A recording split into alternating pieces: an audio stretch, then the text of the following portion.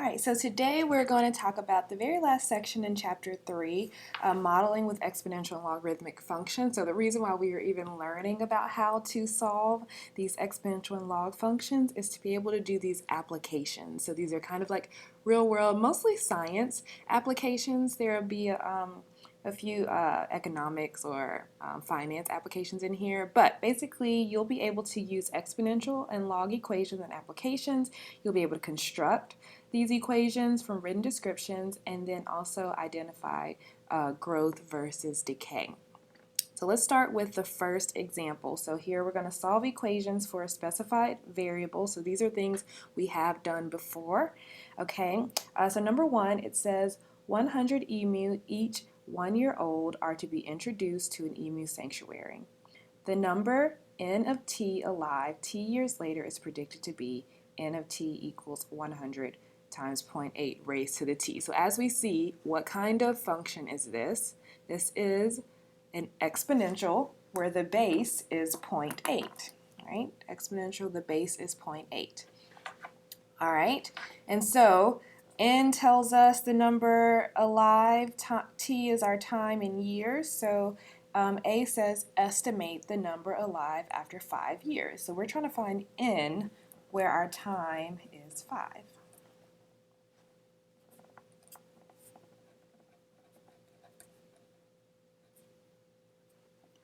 All right, so we can put that in our calculator, and I get 32.768. And so make sure you're okay with putting these things in your calculator. All right, part B says, when will there be 50 emu remaining? So remember, what is 50? Make sure you plug it in for the right thing. 50 is the number of emu alive.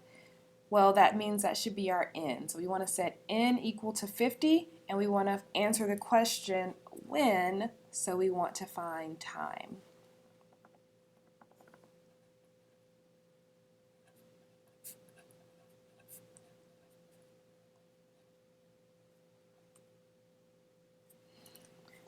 All right, so we're trying to find time. It's in the exponent. Let's go ahead and isolate the exponential part by first dividing by 100 on both sides.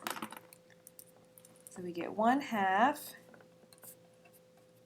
is 0.8 raised to the t. So again, we're trying to solve for t, which is in the exponent, so we need to get it out of the exponent, and we know our go-to technique is to use logs. And we've also learned that you can use whatever log we want. We can use log base 8, we can use log base 10, we can use the natural log. Keep in mind, you're going to have to put this in the calculator, so I recommend using log base 10 or natural log since we're going to be rounding, and we can put that straight into our calculator. I like natural log, it's shorter to write, so I'm going to do the natural log of both sides.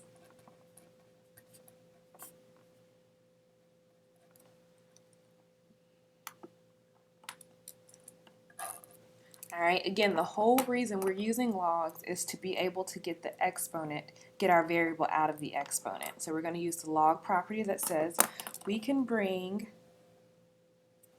this exponent and make it a coefficient in front of the log.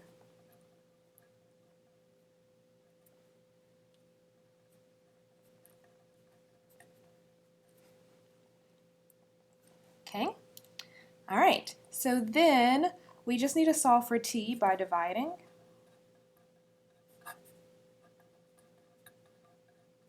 Put this in our calculator.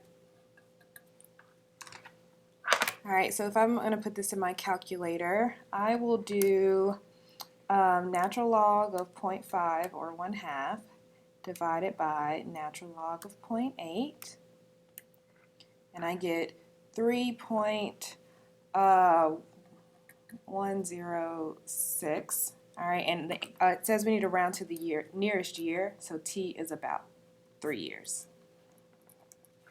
Will be our final answer.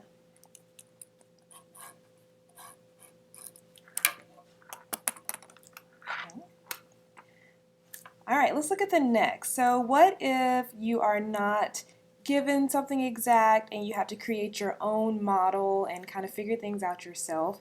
So we're going to start working on how to do that. So creating a model for growth and decay.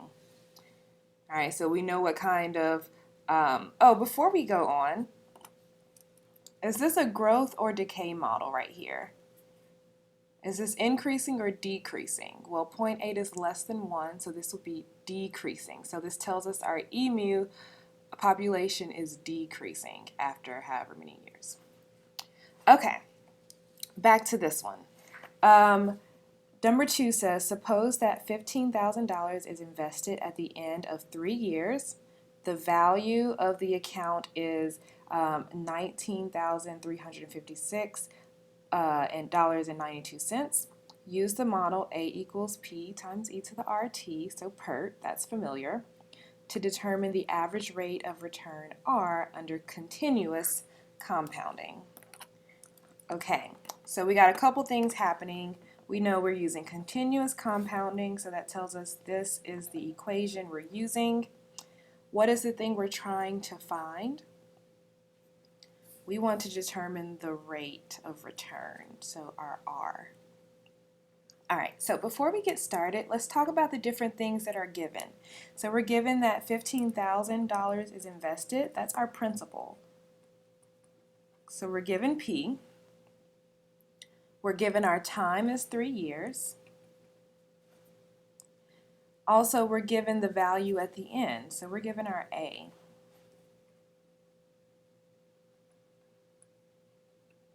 So these are the things that we're going to use to help us solve for R. So let's plug these into our equation.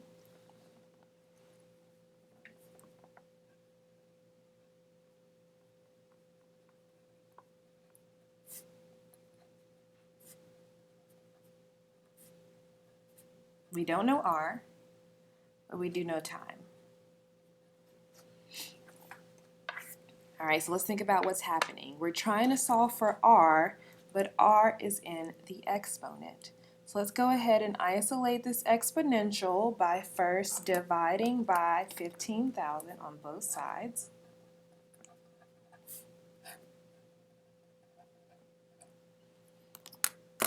All right, I'm not going to go ahead and put this in my calculator because I'm pretty sure it's going to have to be a rounded answer, and you don't want to round until the very end of the problem or else your answer will be off.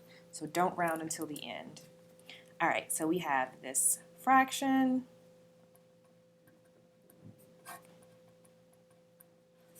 equals e to the r3 or 3r.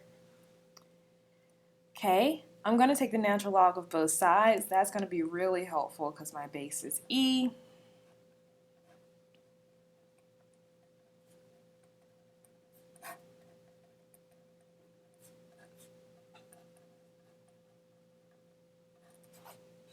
We know natural log and e are inverses, so we're just going to be left with 3r.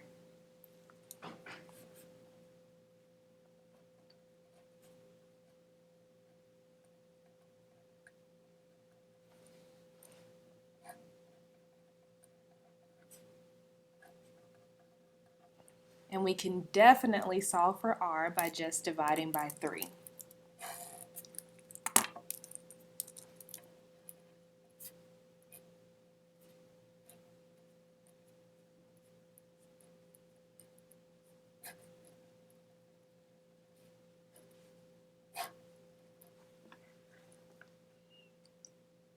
All right, so we can put this in our calculator.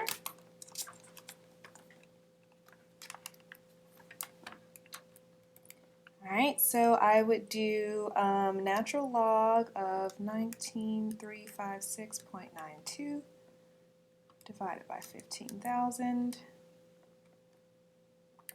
All right, and then divide that answer by 3. All right, so R is 0.08499 and some other things. We're rounding to the nearest tenth of a percent. All right, so this is in decimal form. Our answer is, they're asking us to put it in percent form. So I'm going to move the decimal place over 2. All right, so R is about 8 point, and we're going to round to the nearest tenth of percent, 8.5%.